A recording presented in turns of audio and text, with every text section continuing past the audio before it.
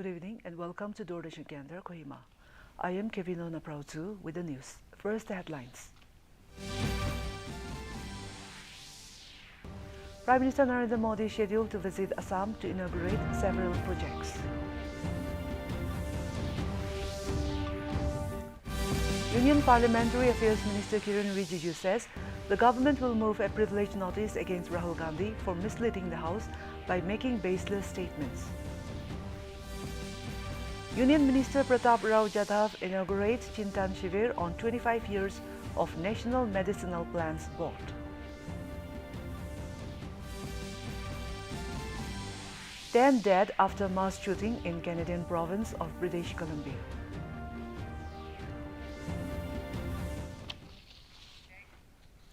Now the news in detail.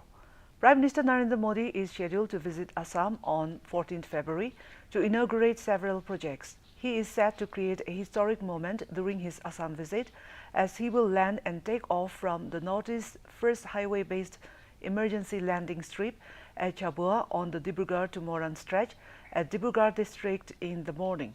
Prime Minister Modi will also inaugurate the newly constructed Kumar Bhaskarvarman Bridge over the Brahmaputra, connecting Guwahati and North Guwahati, before opening the temporary campus of the Indian Institute of Management, Guwahati, and the handing over of 100 center-funded electric buses to the state.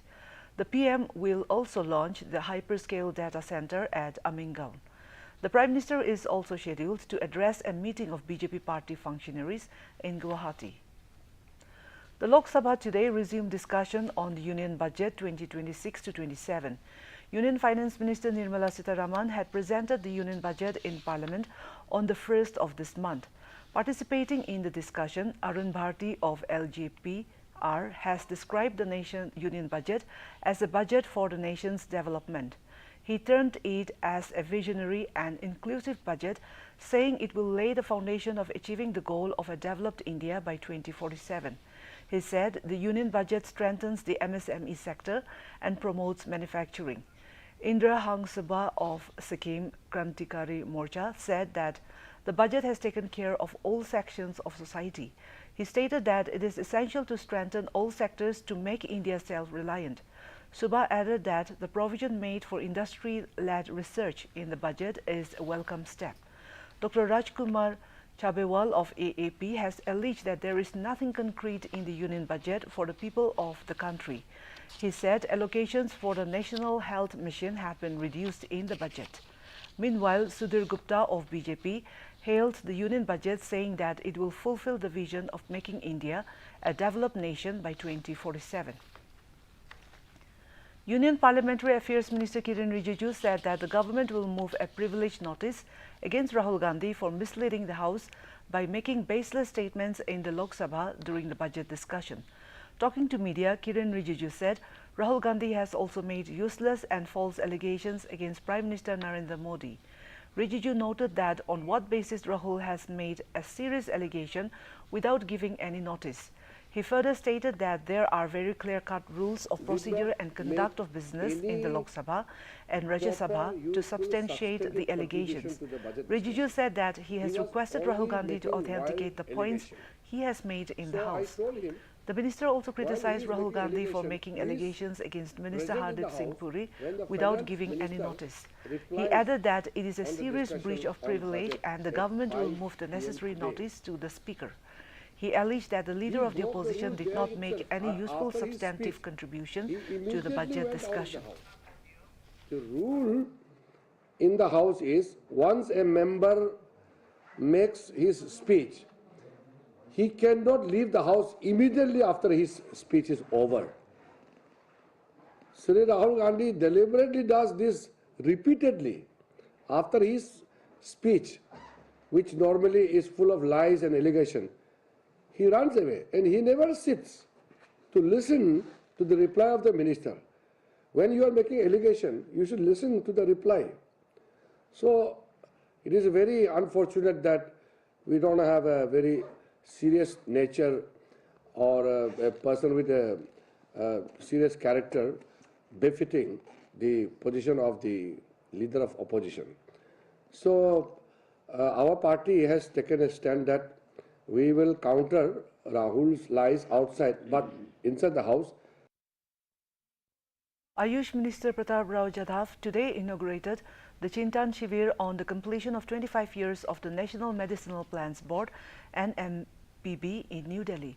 Speaking on the occasion, Jadhav said that the board has been dedicated to the development and promotion of medicinal plants for 25 years. He said it reflects the significant role of NMPB in linking biodiversity conservation with sustainable livelihoods and economic development. During the event, the minister released a booklet on the 25-year journey of NMPB and the Terrace Garden booklet. He also released a variety of medicinal plants developed by the Central Institute of Medicinal and Aromatic Plants. Let us now take a short break.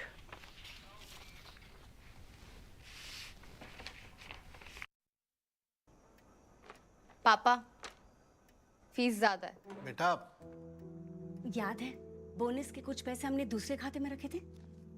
2 साल से खाते में कोई लेन then नहीं हुआ है, शायद inoperative हो गया होगा। तो अब बैंक जाके या वीडियो केवाईसी से केवाईसी अपडेट कराओ, खाता होगा एक्टिव एकदम free.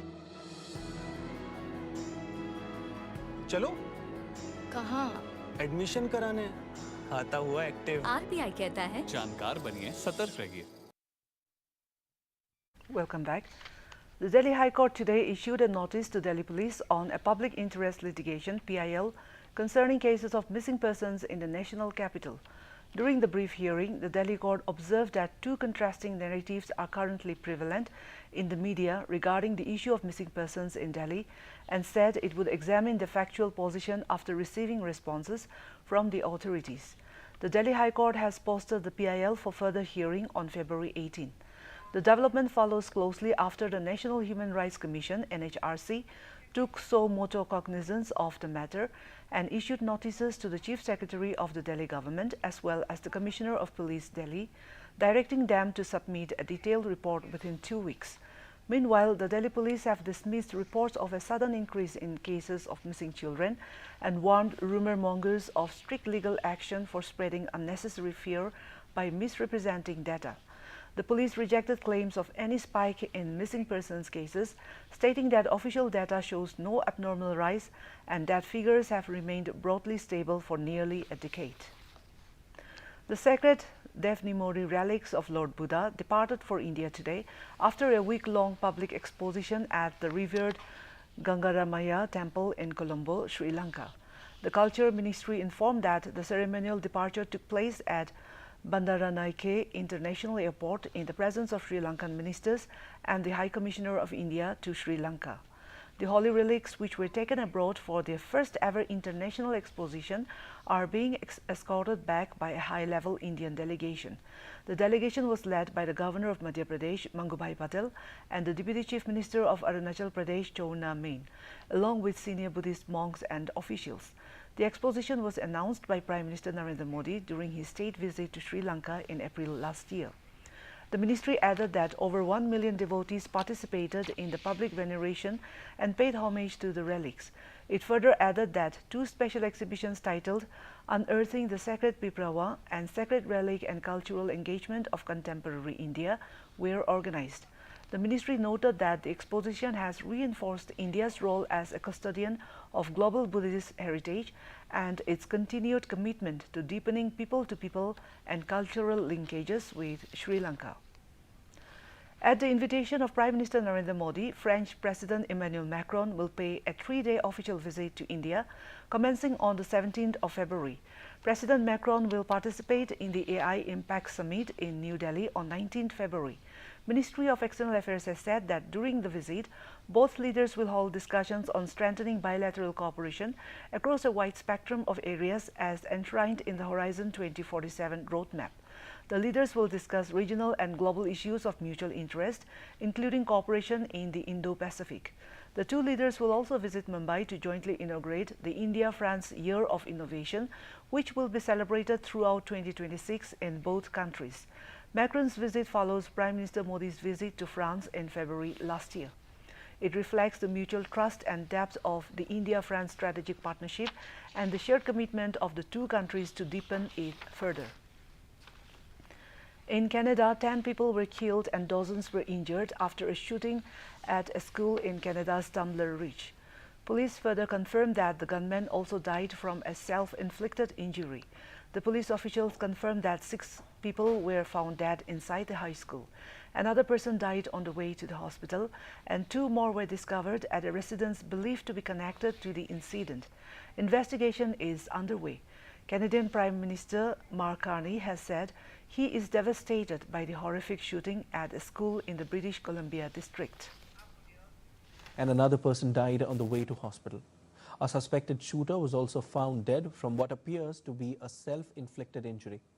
According to the Royal Canadian Mounted Police, 27 people were injured, including 2 with serious injuries. Tumbler Ridge is a remote municipality with population of around 2,400 people located in the foothills of the Rocky Mountains in northern British Columbia. Cricket fans in Colombo are excited as Pakistan has withdrawn its decision to boycott and confirmed that it will play against India in the ICC Men's T20 World Cup match scheduled for February 15. Fans have expressed delight at the announcement after days of uncertainty over the high-profile clash. Many said the India-Pakistan encounter is the biggest attraction of the tournament and brings unmatched energy to the stands. Fans had booked tickets for the marquee fixture long ago and were hoping the game would take place. Sri Lanka Cricket had also detailed logistical arrangements, including ticket sales, in their letter to Pakistan. The Pakistan government announced late last night that it would reverse its earlier decision and allow the team to take the field. And now let us look at a weather report of the district headquarters of Nagaland. Kohima today recorded a maximum temperature of 22 degrees Celsius and a minimum temperature of 8 degrees Celsius, while Dimapur had a maximum temperature of 28 degrees Celsius and a minimum temperature of 13 degrees Celsius. Wokha experienced a maximum temperature of 21 degrees Celsius and a minimum temperature of 12 degrees Celsius. Mokokchung had a maximum temperature of 23 degrees Celsius and a minimum temperature of 9 degrees Celsius. Mon had a maximum temperature of 25 degrees Celsius and a minimum temperature of 13 degrees Celsius. Towards the east, Twinsang had a maximum temperature of 17 degrees Celsius and a minimum temperature of 5 degrees Celsius. Zinebuto had a maximum temperature of 21 degrees Celsius and a minimum temperature of 6 degrees Celsius. Phek had a maximum temperature of 16 degrees Celsius and a minimum temperature of 5 degrees Celsius. That's all for the weather report. To end the news, here is a recap of the main points. Prime Minister Narendra Modi scheduled to visit Assam to inaugurate several projects.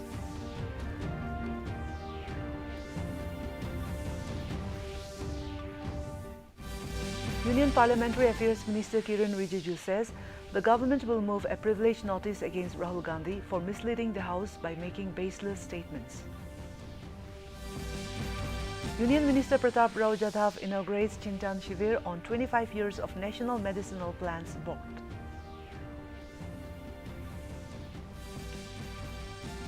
Ten dead after mass shooting in Canadian province of British Columbia.